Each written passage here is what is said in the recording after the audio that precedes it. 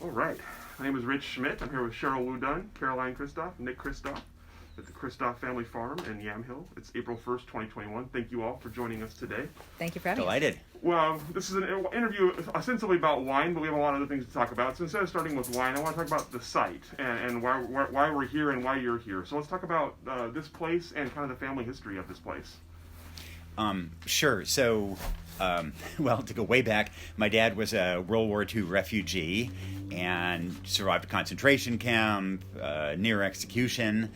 And then the First Presbyterian Church in Portland, Oregon, sponsored his way to the U.S. And he, partly for that reason, fell in love with Oregon.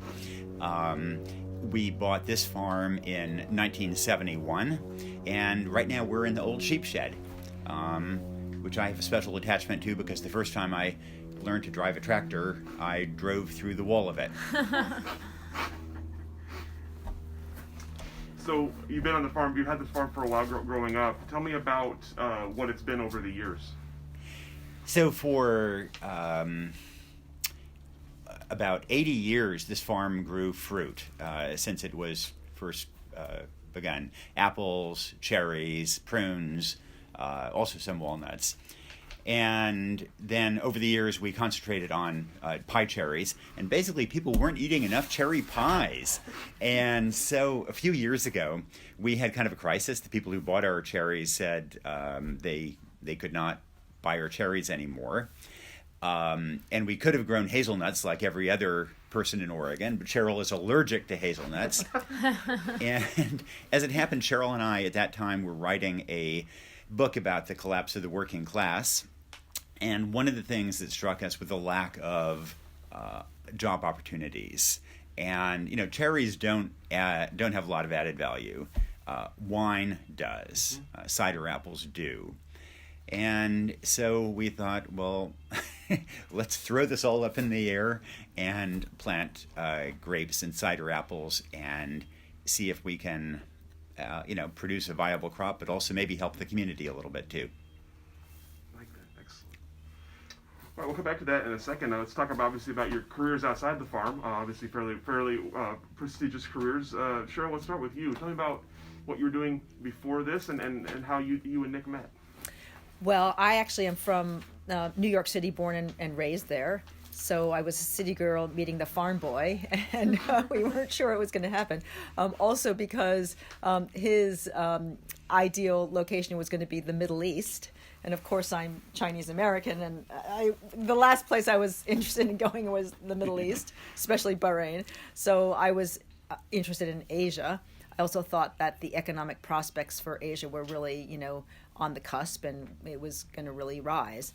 In any case, of course, there is fate.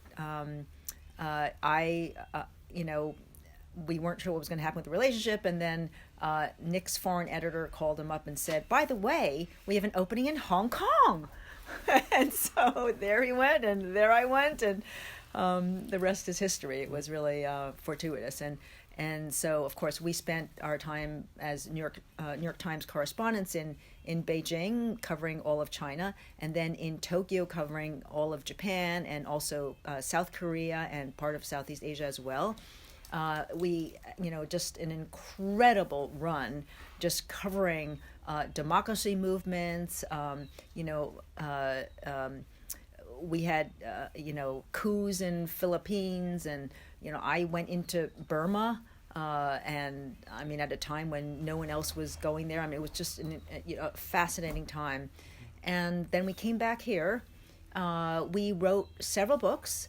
One called Half the Sky about the challenges facing women and girls around the world and how to turn that oppression into opportunity. It was Half the Sky, turning oppression into opportunity for women worldwide. And then we wrote a follow-up to that because people wanted to hear more about the U.S., so we wrote A Path Appears. And then we decided to focus, really exclusively on the working class in the U.S. And so Tightrope was released. Tightrope, Americans Reaching for Hope, was released basically in January 2020, right before the pandemic. And so what was amazing is that the timing was great because we were writing about America's working class and also why all Americans should care about the working class. And we just obviously didn't anticipate the pandemic highlighting the greater gaps in inequality and why it's so important for everybody to have health care.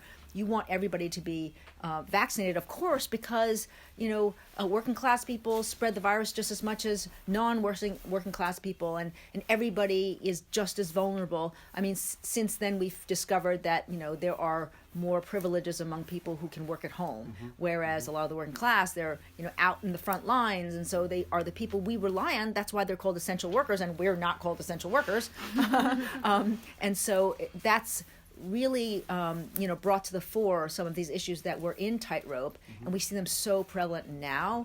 And so that's, it's been, a crazy but very insightful and telling year. Well, I have plenty more questions about the last year that we'll get back to in a little bit, but I'm curious, you mentioned kind of this run of events you were covering. Were there some that stand out in your memory, some memorable moments or memorable events that stand out in your memory from your time abroad? Yeah, the most memorable was the democracy movement in China that led to the crackdown at Tiananmen Square in 1989. I mean, that was something that we hadn't anticipated either. I remember back in China when there was a young student at Beijing University who was, out on the lawn, was holding little what he called democracy salons, and at first 15 people showed up, and then 20 people showed up. I thought, oh wow, this is this is cute, right? And he became a leader in the democracy movement, then expanded to millions of people. Of course, unfortunately that led to the crackdown, but they were really pushing for real concrete things too. It's not just, we want democracy. It was really specific. Like, they did want hot water. I mean, they had hot water 2 times a week in Beijing University to take showers. I mean, that's really hard. They wanted refrigeration. They, people's vegetables were, stacked out on the stairwells because it was colder in the stairwells, but there was no refrigeration. Things like that. They just wanted concrete things. They wanted more heat during the winter. And of course, then they were saying, well, we want freedom of the press. We want to be able to, speak to our leaders, to voice our opinions, which they were not, you just really couldn't do that in China. And we know, unfortunately, how that ended. But what that meant for China was that the leaders had to focus on filling people's stomachs and making them, feel full, so that they're addressing their material needs, which is what in the U.S. I think we sometimes forget. There are so many people wanting for material needs. We need to address those material needs, and so it was a real lesson for me, at least. So Nick, tell us about your path from Yamhill to New York Times. What drew you to that, and kind of tell us the process of education and making your way into that world.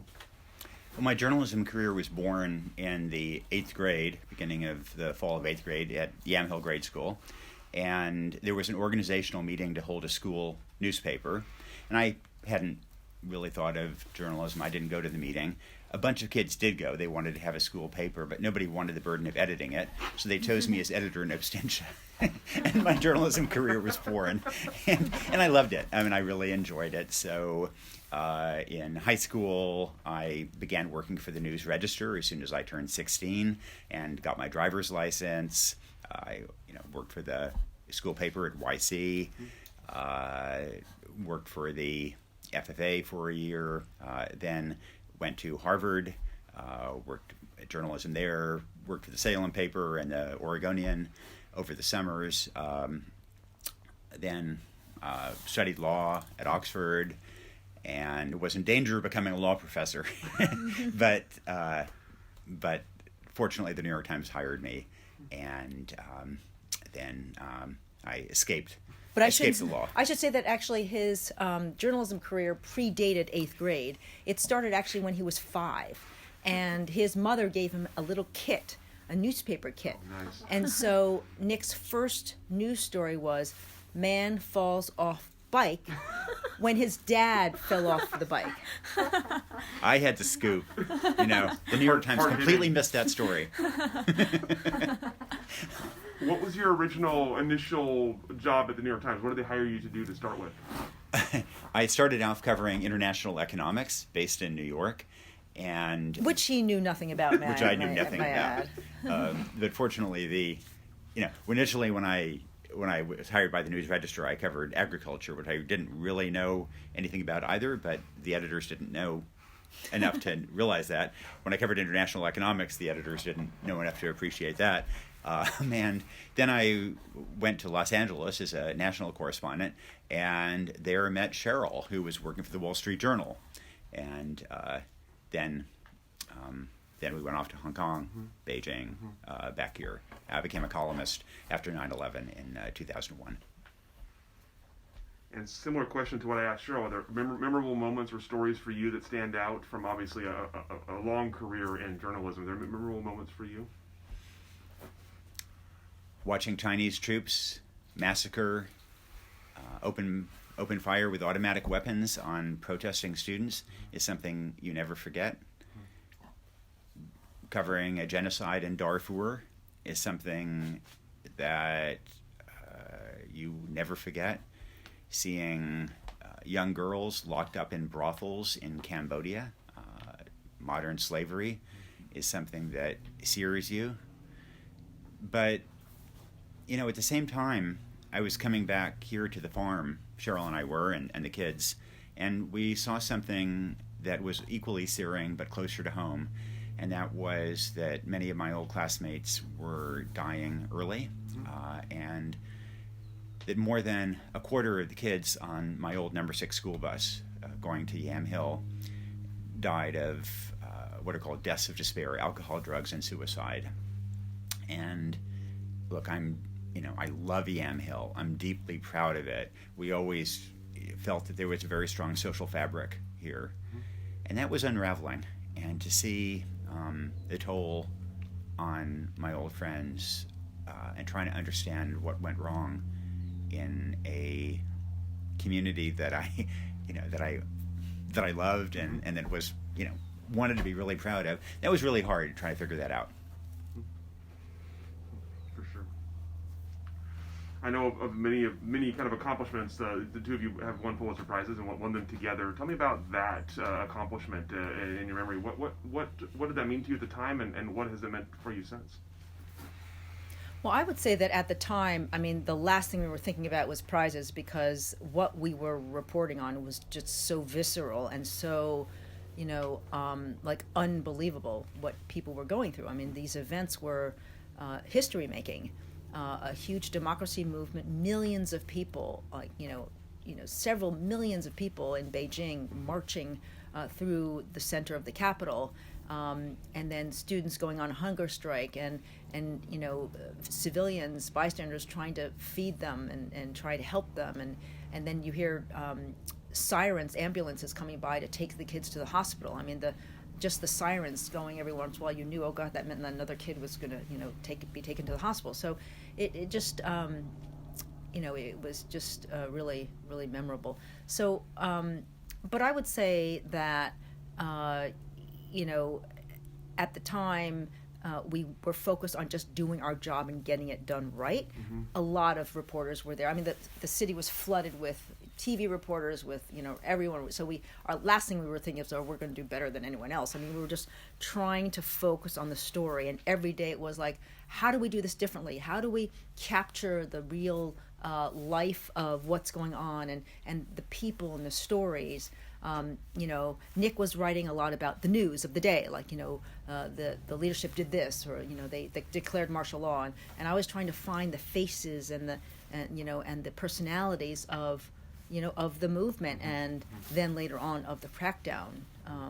So I remember one story I did was, they were saying, oh, it's just those terrible students in the middle of the square that they got shot at. Well, I actually did a story of a boy who was killed like 2 miles outside of the square because the troops were maybe they were just going wild, we don't know, but they obviously killed people outside of that, because there are no guns in Beijing, except for people who are troops or soldiers. So we knew that they were gunned down elsewhere too, and so it was just a very sad story about someone who was killed, a young student who was killed, and what that does for the family. I mean, it was, obviously there aren't many crimes, aren't many like shooting crimes in China at that time.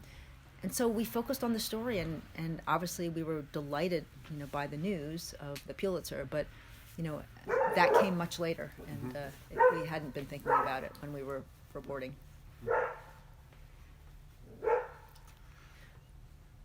So Nick, you mentioned you became a columnist. Caroline, I'm sorry to ignore you so far. I will get to you, I promise. Thank you for sitting there patiently. I appreciate it. You mentioned you became a columnist after 9/11. Tell me about 9/11, I guess, from the New York perspective. I'd love to hear that. But also, when you became a columnist, what was your goal? What did you want to set out to accomplish with a column in the New York Times? 9/11 was a incredibly profound experience, obviously, for everybody. Then in New York and for the whole country. It was because of the trauma of 9/11 that I got my column. That the New York Times decided they wanted somebody to write about terrorism and travel, and so I traveled around to Yemen and Iraq. All kinds of rebellion in the Philippines, and my main goal was partly to come back because I knew Sheryl would, if I got killed, Sheryl would kill me. If he wasn't. There'd been sort of an awkward case when I'd been in a plane crash in Congo some years earlier, and it was clear that if I died, Sheryl was going to really come after me.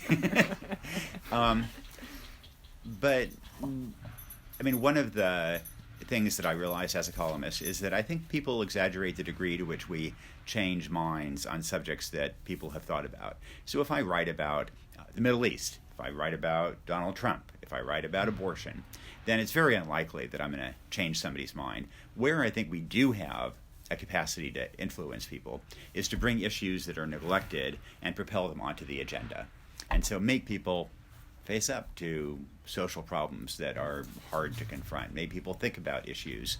And, I think the topics that I'm proudest of are some of those topics, like genocide in Darfur, like sex trafficking here in the U.S., that helped the country kind of understand the stakes of some issues and led to them being addressed. You mentioned sex trafficking. I know that was a fairly recent one for you this past year with Pornhub. I know was part of that. Tell me about that story specifically, or a story like that, and are you able to measure impact? Are you able to measure how do you measure impact of the work you do? So I had written a lot about sex trafficking since the 1990s, and there's a fierce debate about porn in the U.S., and I didn't really have strong feelings one way or the other, but I kept hearing about a lot of underage kids whose videos ended up on Pornhub, that Pornhub would refuse to take down the videos. In some cases, they committed suicide. And I thought, here's a major international corporation and website that is monetizing illegal videos of children being sexually assaulted. And so I poked around a little bit, and some of the first videos I saw were of unconscious women being raped, and the rapists were touching their eyeballs to show that these women were unresponsive. And see a company that is selling advertising against those videos, obviously not consensual, I found troubling, and I thought that if people were more aware of it, they would not approve. And so sure enough, I wrote a piece. The credit card companies immediately investigated themselves, confirmed there were illegal videos there, cut off ties to Pornhub. I think Pornhub cared more about the credit card companies than it did about my protests, and so they immediately removed more than 10 million videos, more than 2/3 of all their videos where they could not confirm consent. And there are criminal investigations of Pornhub now in both Canada and the U.S. There are civil suits underway, a 14-year-old girl, there are others. And so, there has clearly been some response vis-a-vis Pornhub. I mean, the challenge is, of course, that you can't just go after one company, because then business immediately will go to another company, and we'll have to see whether the response is sustained in ways that make it less likely that teenagers get such videos placed online without their consent in ways that drive them to suicide. We'll have to see. Measurable impact, though, made from a column you wrote. That's pretty incredible to see that kind of impact.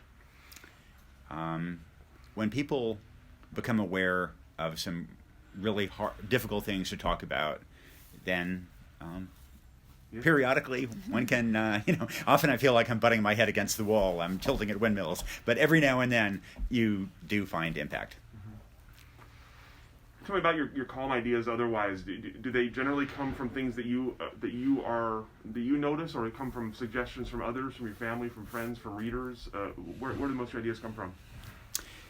I'd say my ideas come, from all over, things I've read, things I've encountered.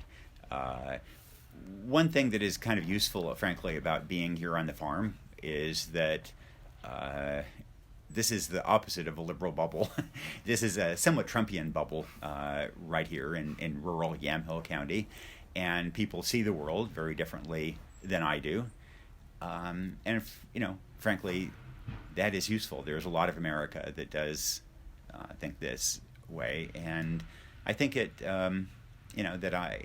and also, there are a lot of folks who are really struggling in the pandemic. I think a lot of people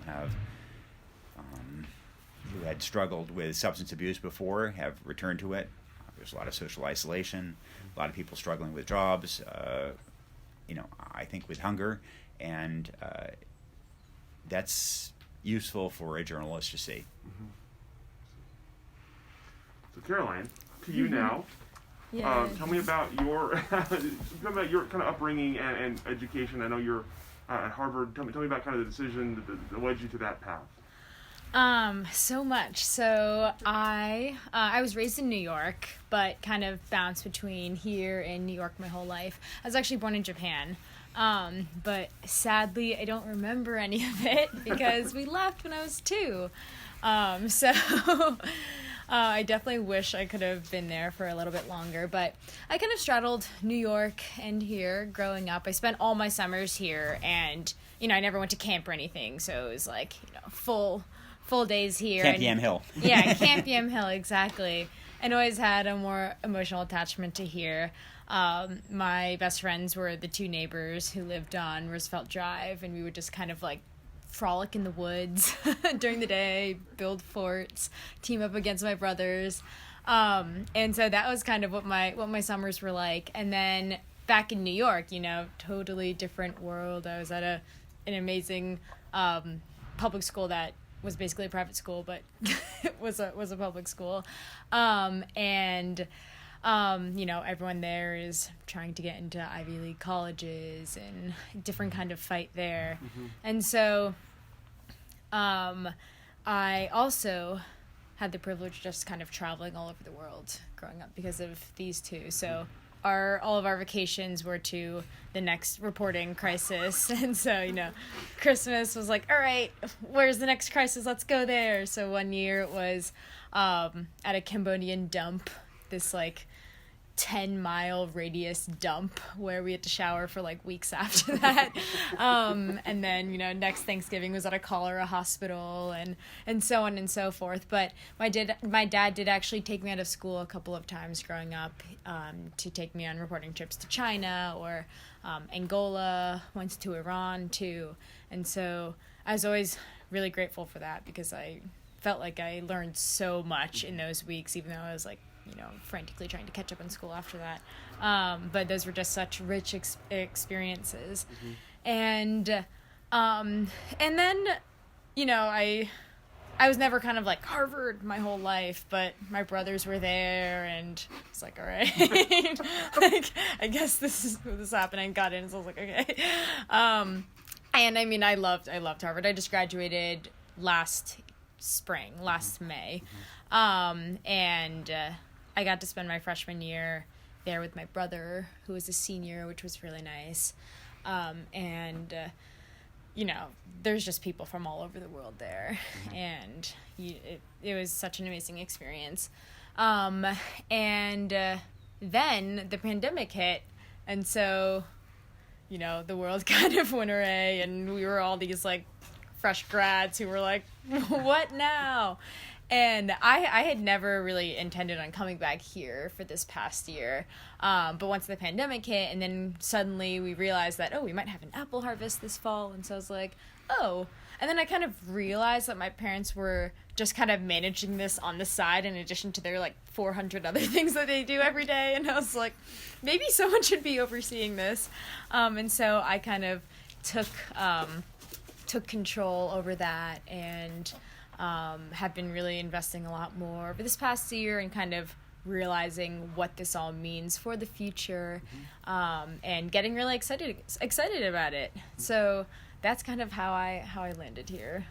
We had an international search for the best CEO for Kristof Farms, carefully weighed the thousands of applicants, and chose Caroline. Right here under your nose the whole time. Beat my brothers. You mentioned sort of taking control a bit more the last year. Tell me about what that's entailed. What does it mean to be the CEO of Kristof Farms? What does it mean? So I guess I didn't really know going in. I was like, all right, I guess somebody has to kind of understand all the different things that are moving right now, like our media presence, our website, which didn't really exist before, what we're doing with it, like, are we ever gonna learn how to make cider or wine, you know, kind of like what our trajectory is, and kind of really thinking that through.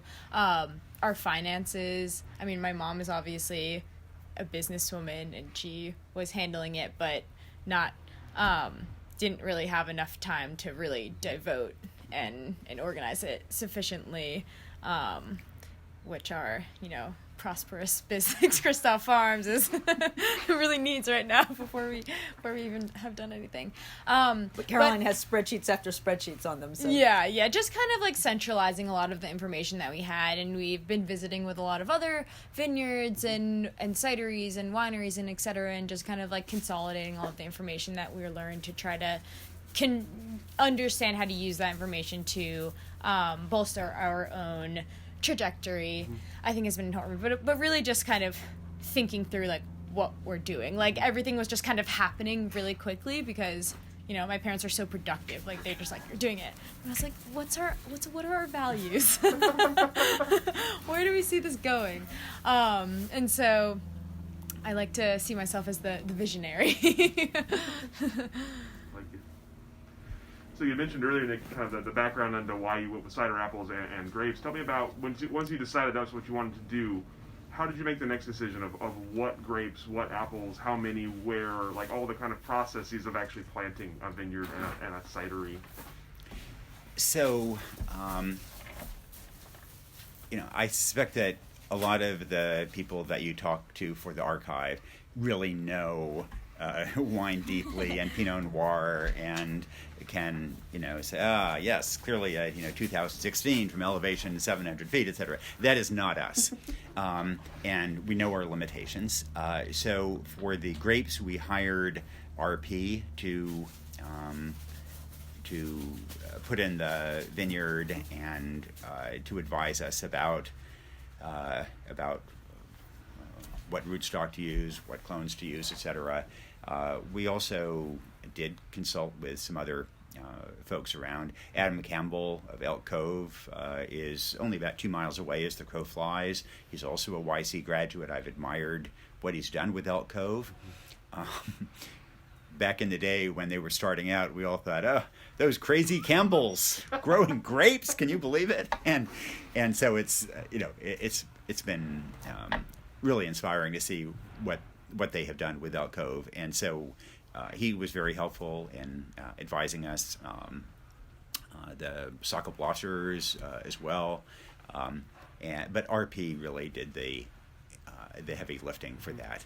And for the apples, we initially found there was an apple consultant, Nick Gunn, who advised us about varieties. And, but I do want to say that it was not an entirely smooth process. When we put our impregnable deer fence around the farm to keep those deers away from munching on our grapes and apples, we managed to fence some deer inside and lock them in with the grapes and apples. So when things could go wrong, they mostly did. But I have to say, Caroline really took over. I mean, she managed the first harvest of the apples. Pressed them herself, and she's done experimentation. Fermenting her own apple cider. She's doing all the logo, the marketing, and the logo selection. Finding the IP lawyer. I mean, everything. She's really soup to nuts. So, and we did a tasting the other day, and it was fabulous. We were like, wow. And even the person who was helping us with that was like, wow, didn't expect it to be that good. It was really a nice blend. And so we're really excited. We're really excited by this. So I think she's now, got her sights set on what to do with the launch and stuff like that. It's really exciting. That's a nice way to start. Tell me about the process for you in terms of learning that kind of thing. How have you dove in? Yeah, so it was definitely a process. I mean, when we started out, we were all like, okay, so this is red wine, this is white wine. And very quickly we were like, oh my goodness, we really need to expand our vocabulary and our understanding of this. Like, rosé. Yeah, my dad was like, oh, this would taste complicated. And we were like, okay, we need a new word. And so we started doing a lot more tastings, and I would do a lot more research on other cideries and just kind of like try to meet all the people in the area, which of course was so hard during the pandemic. And so I was like, oh, this is not the time to be trying to learn about a completely new industry. And so also like got a few books and things, but that always I feel like needs to supplement kind of active learning and meeting people and seeing cider, but trying to do two things. A, kind of learn about the trees and the orchard and that aspect of it, and then B, the cider making part and fermentation and chemistry. I was like, oh my god, I don't remember anything about chemistry, but just asked a lot of questions whenever we visited places and cold emailed a lot of people to go and visit. The Northwest Cider Association was so helpful and was like, oh, there are all these great female cider makers that will be so helpful. And so, I was suddenly in touch with all these really cool female cider makers that I didn't even know existed. And then there was this other female and diversity wine symposium. These two amazing women who wanted to interview my mom and I. And we were like, great. And Kelly and Regina, they were both so helpful and so excited about us. And, Kelly started like putting me in touch with all these people. And so people have been so helpful, really, and just only want to help. And I was kind of nervous about being this like really young female who doesn't know anything, who doesn't know what she's doing, but everyone's been really, really helpful. And so it's been a lot of fun learning. And my brother got this massive sensory kit that we test our sense of smell with, and so he has like 70 different smells, and every night for a while we were like, lavender, like, and trying. And so it was a fun activity, but also we were like, oh wow, like we didn't have a sense of smell before this. And we were like, we hope we don't lose it in COVID. Like, we can't get COVID because of this. But yeah, so, kind of all kinds of things. And I was also thinking of taking classes at Chemactica College and at some point. So hopefully I can still do that soon. I mean, they have such amazing programs for vineyard and cider making and just the science behind all of it and the actual practice of it. And also hopefully when things start opening up, there's a few cider classes that I would love to take and yeah, so it's kind of all over the place, the learning process. So how has this changed your kind of vision for yourself? Is this something you now want to do for a while? So, yeah, this is an interesting question. There have been kind of moments where I'm like, should I just commit? And like, is this my life? But I'm like, I'm so young, like, I don't know, there's so many other things. Like, I studied history and literature, so different, and that was just liberal arts and like opening me up to the world. And so I was like, if I take all these classes right now and really dive in, then it's going to be so hard to get out, because I'm just going to want to stay here. Like, I see in the future, I'm like, this can be a big wedding venue, and we can have a lavender farm too, and like roses and horseback riding and, all kinds of crazy things, and which I still hope to have someday. And I still hope to I think it would be so cool to eventually bring production on site and have a tasting, transform this into a tasting room, and be able to bring people here and have a farm to glass kind of thing, and concerts, and I could be the head cider maker, wine maker. But I also do think that I need to, at some point, kind of like come back to it. And I've always dreamed of living abroad for a few years, like 5 years after college, and there are still so many things that I do want to do. And so I kind of see this as a, coming back to it, like always being there and like always kind of being involved with it, but really committing to it a little bit down the road. So tell me about the first harvest for cider. You mentioned that you guys were happy with how the results turned out. What was the process like? Was it something new to you? Yeah. I mean, at first we had no idea when to even tell when the apples were ready. We like started tasting them and we were like, oh, these are bad. These are not table apples. Because that's what we were used to, just like sweet table apples. And cider apples are just completely different. And, they're super tannic and bitter, and you're not supposed to eat them. They're cider apples for a reason. And so we were asking people, and they were like, oh, like October sometime.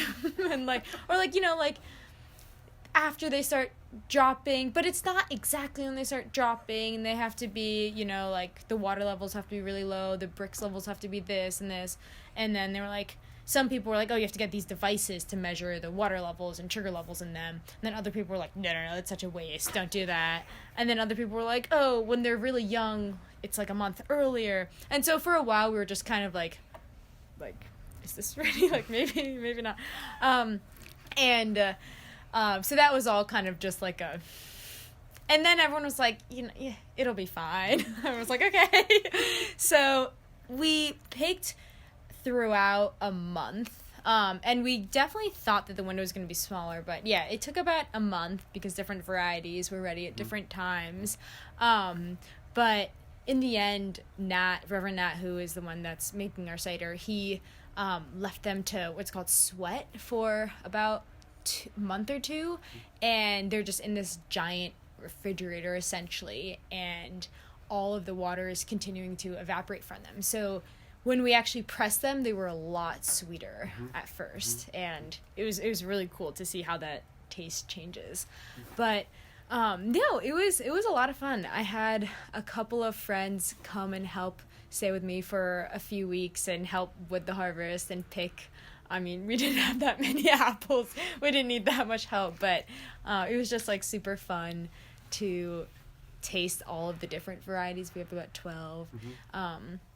And bring them. We kept like a little stash on the side, and Adam and I pressed them ourselves. We had we made this into a little pressing area and pressed them. And then I had I have a bunch of experiments now actually in the basement where I'm fermenting like 10 different batches, all like a little bit different with different yeasts and so on. But yeah, it was definitely a lot of fun and super exciting, and I didn't really think that we would come out with any like cider or anything like, real until we actually went yesterday or 2 days ago and tasted it, and I was like, wow, we did this. So yeah, that was super cool. And then the big thing that I learned is that, as someone who has cider apples, you don't actually do any of the work. it's the cider apples. You just have to facilitate the right environment and process. I mean, same with wine, too. But they do all the work for you. So cool. You mentioned wine grapes, obviously a little bit longer maturation process. Yeah. Tell me about what you're kind of expecting to do with the wine grapes once they are mature.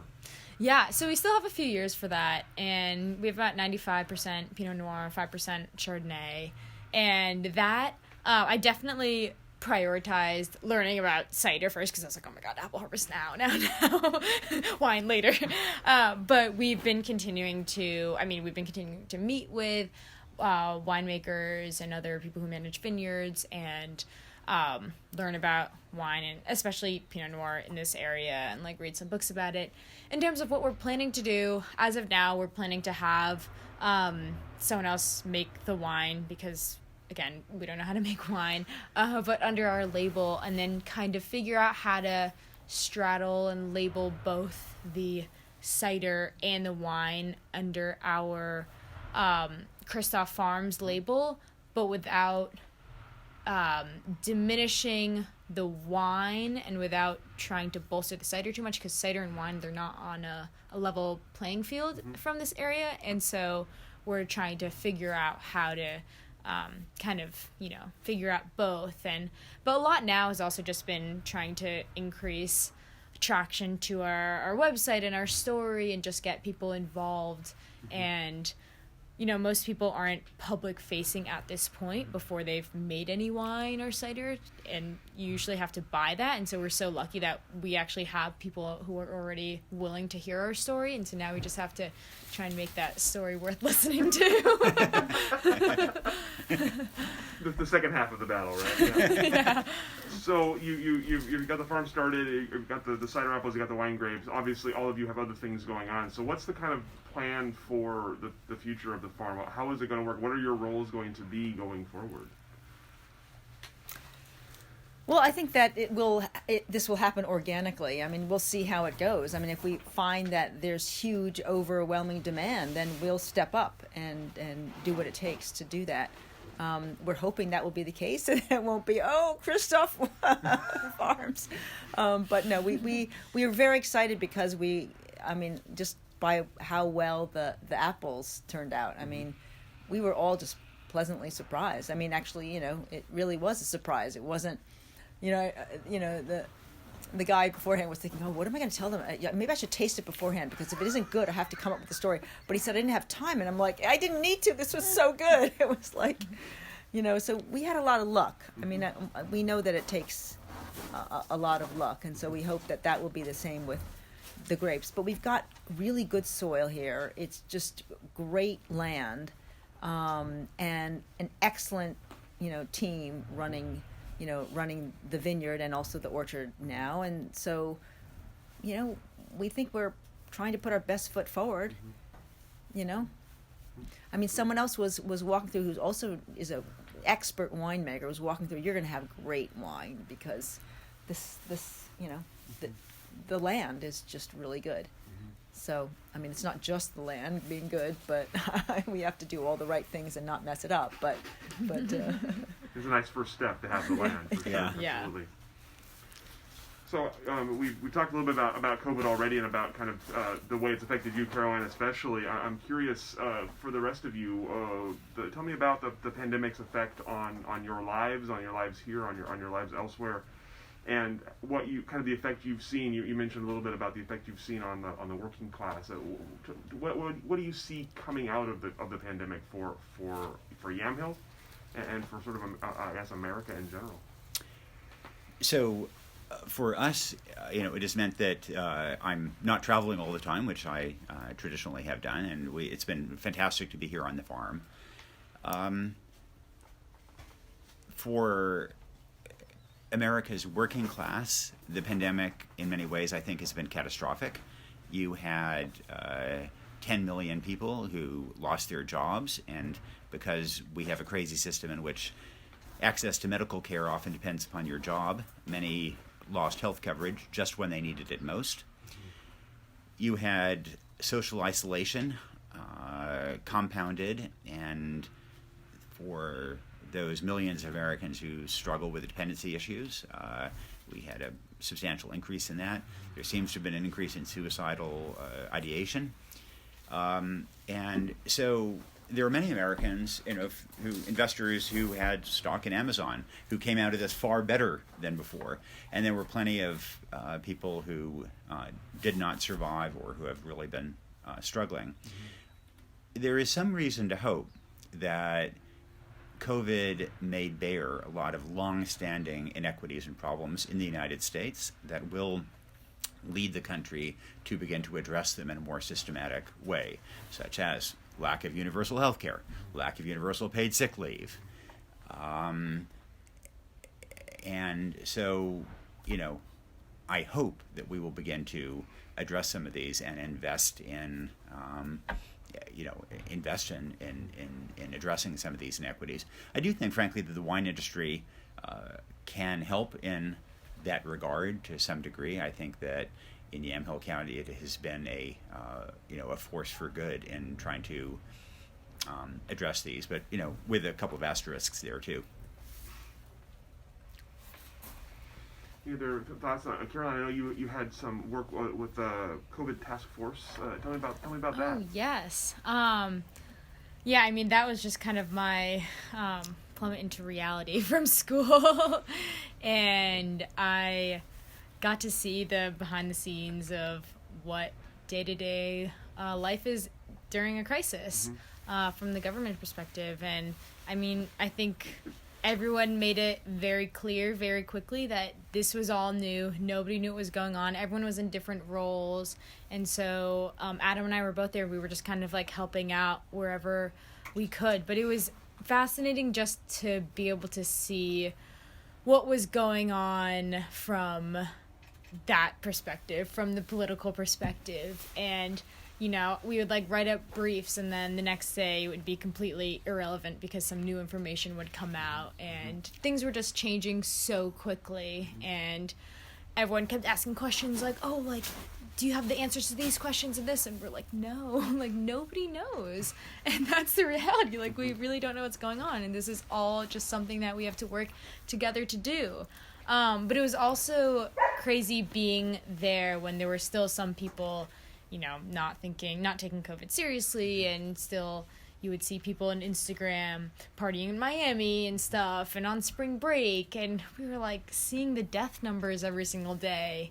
And so that was like a huge kind of reality check. And people, it was such a strange time because half my friends were, or not half, but some of my friends are from privileged backgrounds, and some of my friends weren't, and so people are suddenly going home to these really different worlds. Whereas at college, we all lived on campus housing, and so that was kind of like an equalizer there. But suddenly, we were all going to these really, really different worlds and dealing with different things. And some people were just sad about leaving school, which was very sad. Don't get me wrong, that was very sad. But other people were like, oh, like, I can't go to class because I need to take care of my family and, siblings who are sick with COVID / are essential workers. And, just very, very different lifestyles all came up to light. And so it was a very poignant time to be a college student in my mind, especially senior, when also people were just going in different directions after that. But yeah, definitely being in the task force was very illuminating. Yeah, no, I would say that, Caroline just became such a knowledgeable person about what was going on in the pandemic. And I also was starting to work for a company that was, involved in testing and stuff like that. And she was so helpful all the time. But it also struck, and, she mentioned you realize, how people come from different backgrounds. But it also made us realize, people are dying. And so we had the luxury of coming and spending a lot of time here, partly because of Nick's mom, Jane Kristof, who basically this is her farm. And, we're lucky. Nick's not traveling so much. He's not off in Yemen. And so he's here with his mom. And so are we. And I think that's been extremely, it's brought families together in many ways. And I think that's great. And we have the luxury of, you're outside on a farm, you're not cooped up. So it's the best place to be in a pandemic where you don't feel, oh my God, I'm going crazy because I have these four walls and that's it. We have, we had all of this, which was great. And so we're very grateful for that, and, for Jane allowing us to come here and not, I know that there were families that, it just creates a lot of tension because they have small places, but, she's delighted to share all this with us. The small spaces. That's why sales numbers went up so high last year. Is all those families being stuck together all that time. For Nick and Sheryl, you mentioned kind of the different, how much your lives have changed without the travel. I'm curious, as you look ahead, what do you see? Do you see getting back to a schedule like that? Do you see your job changing in the future? I just don't know. I certainly have been struck by the importance of covering domestic issues and domestic inequities, as well as international ones. At least for now, it also seems that President Biden is trying to do something kind of Rooseveltian and history-making, and trying to create a national daycare, a child allowance to slash child poverty, infrastructure, et cetera, et cetera. And so, in that sense, it may also be that one of the most important places where things are changing around the world is right here in the U.S. Mm-hmm.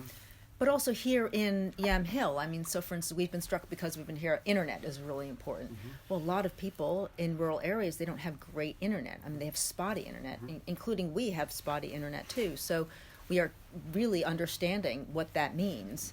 And, if you do want to make people productive, then you need to give them the tools in the same way that, Roosevelt electrified, the U.S., a century ago practically. We need to broadband the country as well, because you can make people much more productive. And, even with schools, partly because a lot of the rural areas, they don't have good access to the internet. How have these kids been going to school when they're remote? And particularly in Oregon, because they've been remote for so much, and, they really haven't gone, most haven't gone back to school in person in a full way. New York has a little bit, but obviously, a lot of people are still remote, but that hurts the students who don't have really good access, or who are fighting over, the access to the internet with all their other family members. It just, I hope it doesn't take as much of a toll as I fear on the children, on students, K through 12, and obviously, college students as well, but K through 12, they're just such vulnerable years. And especially in the early grades, it's so important for those kids to get a handle on school and to like it. I really hope that we can pull through that. Absolutely. So Caroline, you touched a little bit earlier on kind of your vision for the future of this place. For the three of you, what's kind of your hope with the cider, with the wine? What's the success for Kristof Farms? Well, I think that I could start. I think that, we're never aiming to be this mass market brand, like Angry Orchard or something like that, that everybody's heard of. But I hope that we can establish ourselves as, legitimate in this area and have a product that people like and tastes good, and, aren't just drinking because they know like my parents are. But so that's a big goal. And I think that, hopefully in the beginning we're working with amazing cider makers and winemakers to really get that through, but also hopefully just legitimize ourselves in the industry and just learn as much as we can and prove that we love doing this. And the farm means so much to us, and it's hopefully going to be in our family. Well, hopefully it's never not going to be in our family. And so, we want to be able to create something on this farm that we love and that we can share with other people. And so it's really exciting that we are, starting to already share this beautiful farm and property with others. So as long as we continue to do that in a meaningful way and keep sight of our values, I think that that's what success will be to us. Do you have something to add to that, Nick? It seems like you had an answer as well. Just that we also do hope that this can help the Yamhill area to some degree. One of the things that has struck me over the years is the impact of the wine industry in the region. So when I was growing up, Carleton was the poor town next door, and Yamhill was better off. And then Carleton really embraced the wine industry, and Ken Wright in particular did an awful lot to help Carleton. Well, Yamhill remained suspicious of the industry, and I think there's also been some fault line because local people see Californians moving into the wine industry, and that has created a certain tension. As a local kid, I may be able to help bridge some of that, and I'd love to see Yamhill embrace the industry as Carleton has. I think that would be good for job creation, for the local community, for the schools, and if we can play some small part of that, that'd be great. You mentioned an interesting point earlier that none of you really come from a wine background. I'm curious your perceptions of Oregon wine industry growing up here and seeing it around you. What were kind of your perspectives on it as you watched it grow? Well, initially when people started planting vines, we thought, oh, those crazy people thinking they're going to make wine in Oregon. Never going to happen. And that they'll produce some vinegar and so they obviously had the last laugh.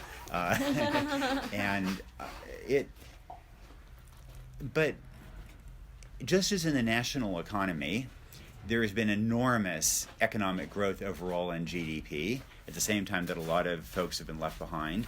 In some ways, in Yamhill County, you've had something parallel. You've had this extraordinary wine industry emerge at the same time that the timber industry was faltering, that agriculture was faltering, that manufacturing was collapsing in this area.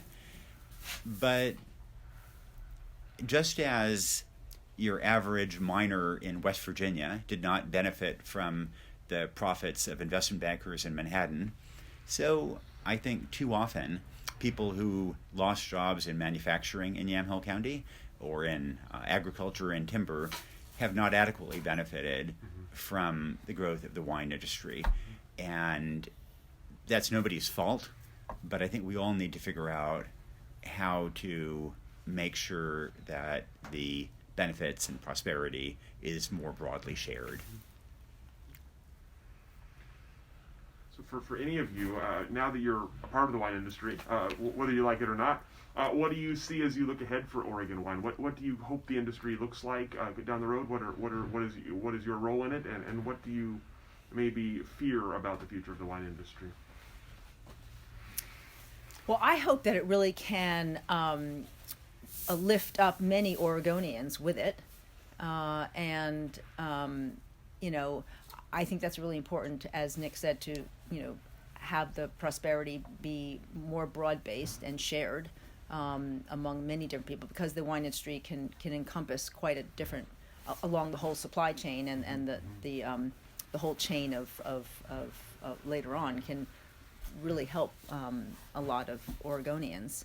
I hope that other states don't do as well as Oregon, although I still also wish all Americans to do better, but I hope that they can do better, but just a little bit behind Oregon, right? Yeah. But that's really I just maybe we can export more to Asia, which doesn't have a lot of great brand names in wine, and so hopefully Oregon wine can become really premier in Asia, in all parts of Asia. And I think that represents, for us to look more towards Asia, for Oregon to look more towards Asia as its trading partner, obviously it does trade right now, but to expand that potential relationship, I think that's, that could really, pose a bright future for Oregon. Yeah. And I think that one thing that I really hope to see is that it becomes more accessible and diversifies a lot. I think that, right now it's hard to enter, and also is not so much of a diverse population that is in the wine industry, and the same is true of the cider industry. And so obviously all the amazing wine studies programs at local colleges, I think, are doing wonders for this, and hopefully that'll just continue and they'll continue to get bigger. But I do hope that in the coming years / decades, we see it diversify a lot and become a lot more accessible. I would emphasize Sheryl's point about the opportunities for Oregon wine in Asia. We are on the Pacific Rim, and if you can get 1.4 billion people in China drinking Oregon Pinot, boy, that has an impact on the one market glass here. of wine a year, right? But I also think that at the end of the day, while there are many factors that are promising for the Oregon wine industry, including climate, I think will, for the next few decades, benefit Oregon, maybe at the expense of California. But at the end of the day, you can't divorce the prospects of the Oregon wine industry from the prospects for Oregon. And Oregon, in many ways, has an awful lot going for it. One of the challenges is the education system here. We, as a state, have been faltering on education. And in the pandemic, we faltered even more by having so many people study remotely. When fourth grade math scores in Oregon are 9th from the bottom nationally, that is not encouraging about where Oregon will stand in 25 years. And so I hope the wine industry will also, and I think it has. I mean, you've got things like the Yamhill Enrichment Society, Susan Blosser, you have other efforts, but I think it's important as a matter of values and self-interest for the wine industry to really emphasize that issue of making sure that Oregon's school year is longer, that high school graduation rates go up, that math and reading scores go up for this state. So that's all the questions that I have for the three of you today. Is there anything I didn't ask that I should have? Is there anything we didn't talk about here today that we should have talked about? I think you got it all. I mean, Good. Well, thank you so much. We really appreciate your time, your hospitality in this lovely sheep shed, and all your great answers. And we'll go ahead and let you off the hook. thank Great, you. thank you so much. Thank you.